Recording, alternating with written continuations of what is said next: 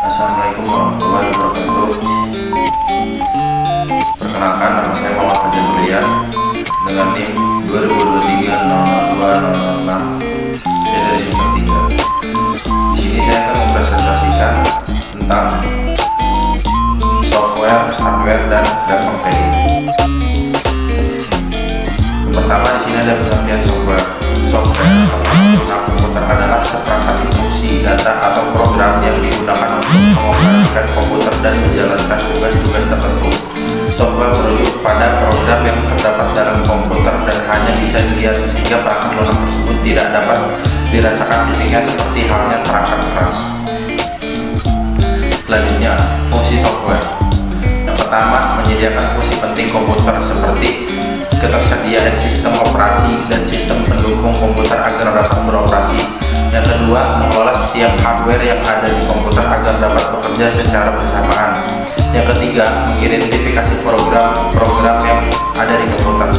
Yang keempat, sebagai penghubung antara beberapa software dengan hardware yang ada di komputer. Yang kelima, sebagai penerjemah ke dalam bahasa mesin agar hardware bisa memahami perintah-perintah yang dikirim oleh penggunanya. Selanjutnya, ciri-ciri software. Yang pertama, perangkat penunjang hardware. Yang kedua, bersifat open source, freeware, shareware, atau komersial.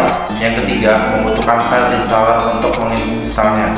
Yang keempat, mudah terserang virus komputer. Selanjutnya, jenis-jenis software.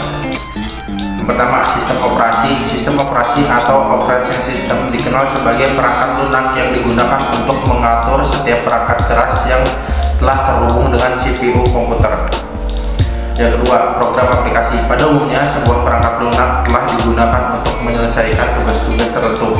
Software berfungsi sesuai dengan tujuan pembuatannya, misalnya Excel, Microsoft Word, dan sebagainya. Selanjutnya, bahasa pemrograman.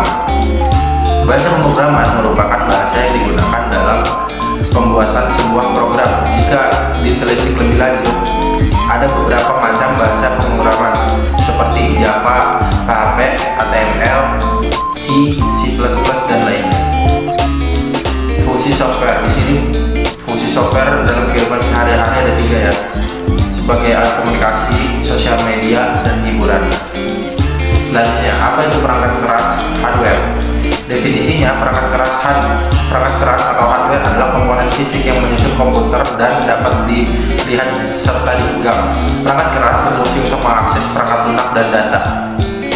Perangkat keras berbeda dengan perangkat lunak atau software yang berupa program-program atau instruksi yang tidak memiliki bentuk fisik.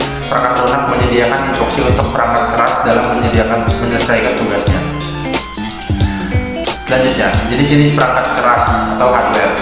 Perangkat keras dibedakan menjadi 3 jenis, yaitu hardware input, yaitu perangkat yang digunakan untuk memasukkan dan data ke dalam komputer. Contohnya adalah mouse, scanner, keyboard, dan mikrofon. Selanjutnya, process device, yaitu perangkat keras yang memproses dan mengelola data pada komputer. Contohnya adalah CPU, RAM, dan sebagainya.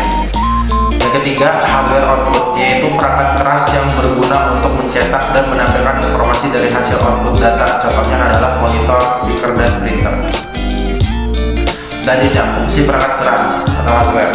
Yang pertama, mengelola data, memproses informasi data, menjalankan aplikasi. Yang kedua, menyimpan data, menyimpan informasi untuk digunakan di kemudian hari. Yang ketiga, menampilkan hasil, menjadikan data dalam bentuk yang dapat dipahami pengguna.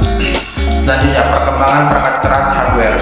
Inovasinya, perkembangan teknologi yang menghasilkan perangkat keras yang lebih cepat, kecil, dan efisien.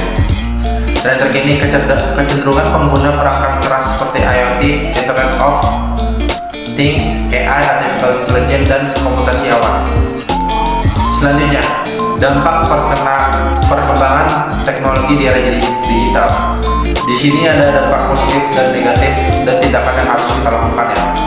Nah, di sini ada dampak positif.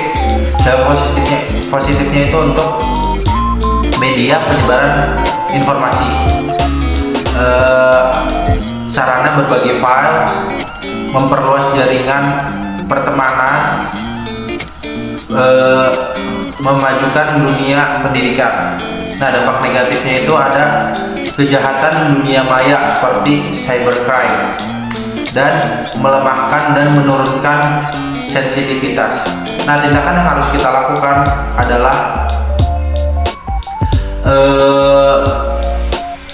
pendidikan yang baik dan benar, bijak dalam bersosial media, membatasi teknologi dan internet. Terima kasih, sekian presentasi dari saya. Thank you for your attention. Assalamualaikum warahmatullahi wabarakatuh.